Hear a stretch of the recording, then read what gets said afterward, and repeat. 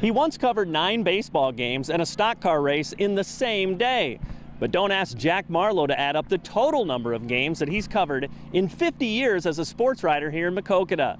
But oh yes, he remembers all of the relationships, and now the Maquoketa community remembers Jack by naming the athletic complex after him.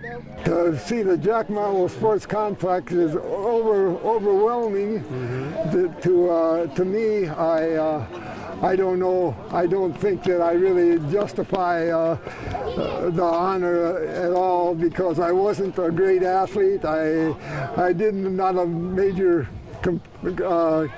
contributor to the school in a lot of ways other than publicity, but I enjoyed the work, and I had a job that I couldn't wait to get to work anytime.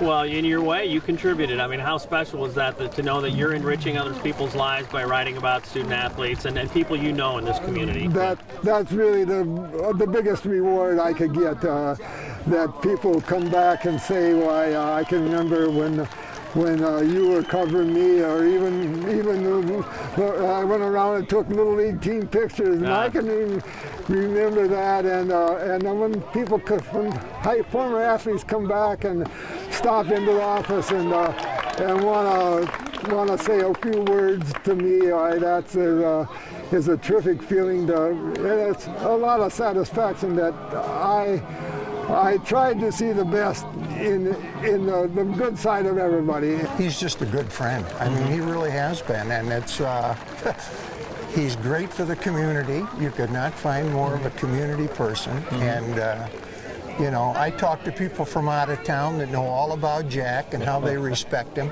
So no, he's just a #1 class guy. Jack's like the national treasure of this community. Jack's never taken a penny from anybody. He's the greatest sports writer I've ever been around, ever. Great friend. And I walked in here in 1967, and 33 years later, he did everything he could. You know, he'd dress up whatever quotes, whatever things I said, he would clean them up. Jack's one of a kind. Anything that they do for him is far overdue. He's one of a kind. He's a great sports writer, but as great a sports writer he is, he's just plain a better man. He's an unbelievable human being. So many times in small town America, as the high school sports teams go, so does the spirit of the town. Jack Marlowe recognized that a long time ago, and he embraced the privilege of being that storyteller.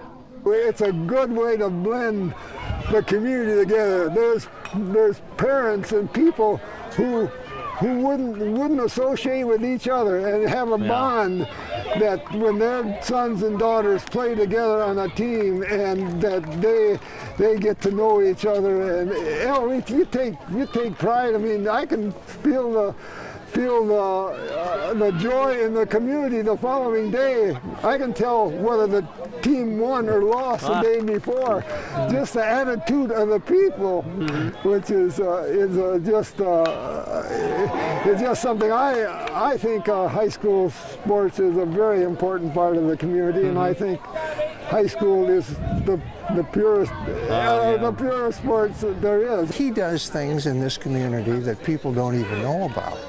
I mean, I know kids he's taken under his wing, and they weren't in the papers, but didn't make any difference to Jack. He treats everybody the same, and I think to name a sports complex like this, he is the perfect person to do it. How much does that speak to you that after you're gone, your fingerprints are still going to be on this place too? That's got to be special. Overwhelming. I mean, you aren't the first one that mentioned that, but they say, you know, after you're gone, it's still going to be, and there are going to be people wondering who Jack Marlowe is.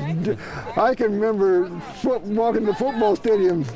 Named after that is an educator. I mean, like the field the high school football field and the gym in Clinton are named for people other than a guy that came off the barnyard and became a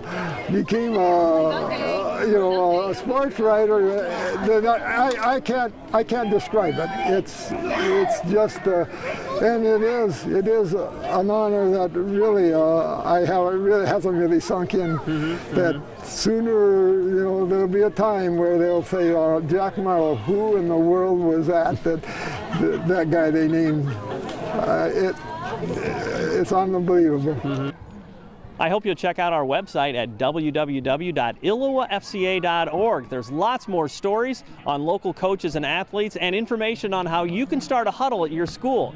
Plus, you can register for one of the more than 350 FCA camps all over this country. Plus, we hope you'll join us for our July 30th FCA Golf Scramble at Arsenal Golf Club. With this week's FCA Story of the Week, I'm Dan Pearson.